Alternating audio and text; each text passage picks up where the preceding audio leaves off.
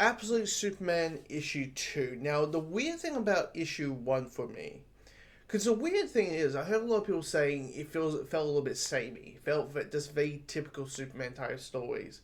And I couldn't help but go, what are you talking about? What are you talking about? Just because there's a farm on Krypton that said Kansas? He's on a farm, but it's just Krypton. Like, that's what made things samey? Because for me, it felt so different. Even from, Absolute Batman still felt like Batman. Absolute Wonder Woman definitely feels like more like Wonder Woman. Like, if anyone's samey, she's samey. She's the one who acts like a regular counterpart. But still, waits by hell and all that kind of stuff. But this Superman, I was like, I don't know if I like this. Maybe it's a little bit too different. Maybe it's too strange and different for me. But then I read this issue. Because I was like, you know what, I'm going to cover these absolutes. Along with Green Lantern and along with Flash and Master Manhunter and all the other absolutes that are probably going to come out along with the line. And the thing is, for me, is I wish issue 1 and 2 were together. Because if the concern is for me was this Superman doesn't feel like Superman, and then you have the scene with him and Lois, because this is officially the issue where these two characters meet. They slightly tease the end of them two meeting with Lois Lane saying freeze because she's a part of this general. She's part with the Peacemakers. She's part with Brainiac and the Leftwich Corp that's trying to say peace, but in reality they're creating chaos in Brazil. But this is officially them two meeting. And I won't lie, their dynamic is so different, but it feels so similar at the same time. Because when you have Lois says, people have the right to know, it's like she still has the reporter mentality and has that, like, Lois Lane energy that Lois normally has, but except her being a new supporter, she's now part of our army. She's part of a U.S. secret military force, but it just feels still feels Lois. I mean, even at the when she talks about her report, there's a part where there's a part where she just talks about she just reads out her report and saying that Superman's this and this and this, and he might be dangerous, but I think he's trying to help and that. It felt really classic Lois, it felt very classic Lois. Even when they make a joke about she hates writing, she hates doing reports and that whole thing, because that's a bit of a hardy ha knowing that regular Lois loves it. That's her job. She writes a report because she feels like she needs to read it, because Brainiac is like, oh, he's an 8. We listen to this computer. The computer, Brainiac, says, this is our thing. Superman's a dangerous being. He's an 8. He's an 8. That makes him dangerous on the scale. 8 out of 10 dangerous. But she's like, I want to write the report. So it still feels like Lois. Meanwhile, I say that.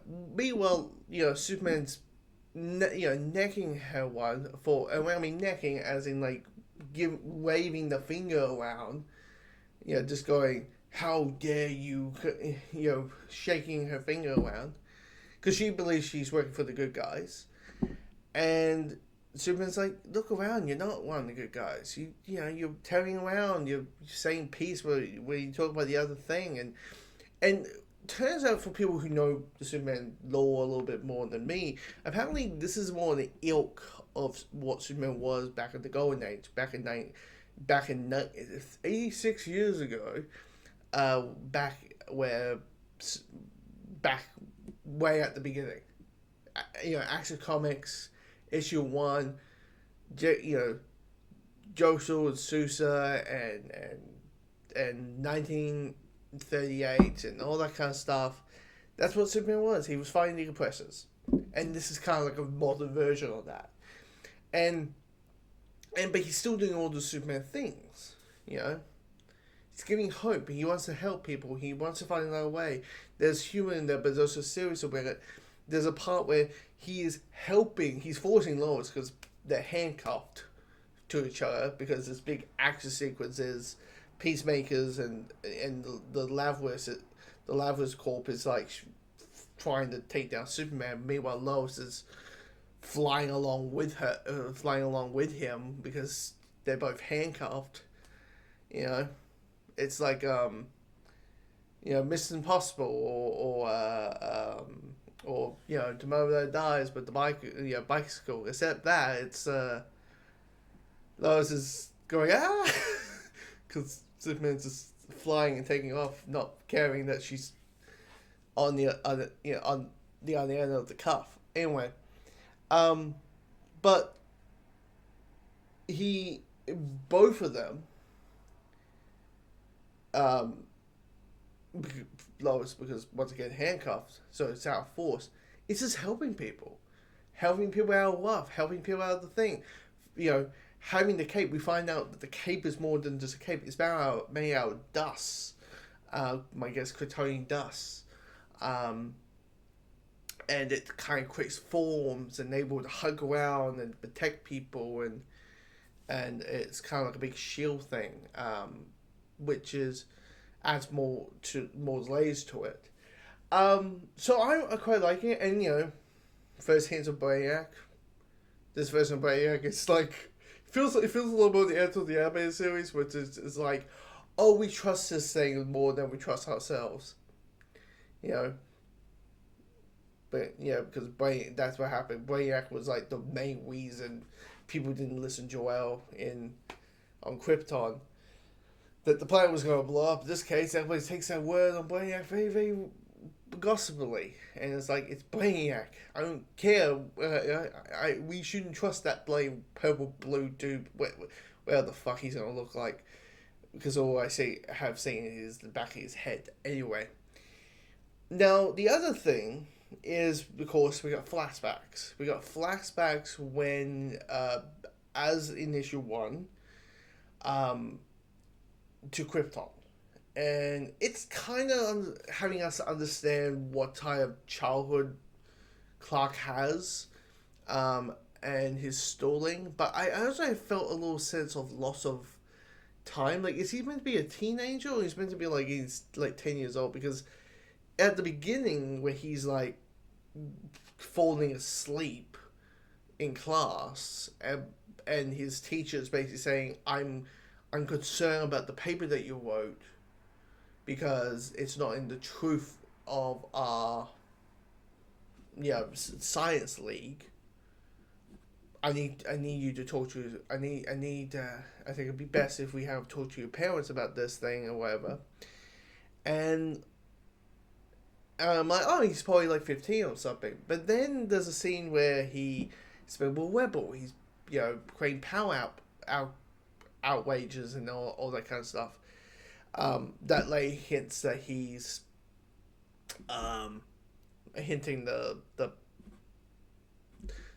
ship, and of course the plan was to have all three of them together and building this, and the origin of the cape and all that. I was like, but in the art it looks like Clark is like, he's like 10 or 13. Maybe it's jumping back and forth of different time zones and all that, but it felt really, I didn't have a sense of time frame for these flashbacks on Krypton, because if you're going to build, like, if you're going to have like the parents build the suit, and then you have the parents build the suit and the rocket, and they're both going to share responsibilities and all that kind of stuff, I would like to have a sense of like, okay, Clark was this at the beginning, and now he's like in his 20s at the end. Or whatever age, maybe it took like 5 years for him to crash onto Earth, but whatever that reason is. So, yeah, I mean, this is a better issue. I quite enjoy this issue. And of course, the Peacemakers, there's always that one's like, peace has a price, and starts murdering all these innocent people, and that's how we wrap it up. And like, goddamn, Jason Aaron, who's the way of absolute Superman, is like he's not holding punches when it comes to the violence. It's like Superman can't, probably can't be violent, maybe a little bit more brutal than normal, but it doesn't mean the villains can't. I feel like there's some commentary going on right now. I feel like there's some commentary. By the way, by a glimpse, I thought we met the absolute Lex Luthor.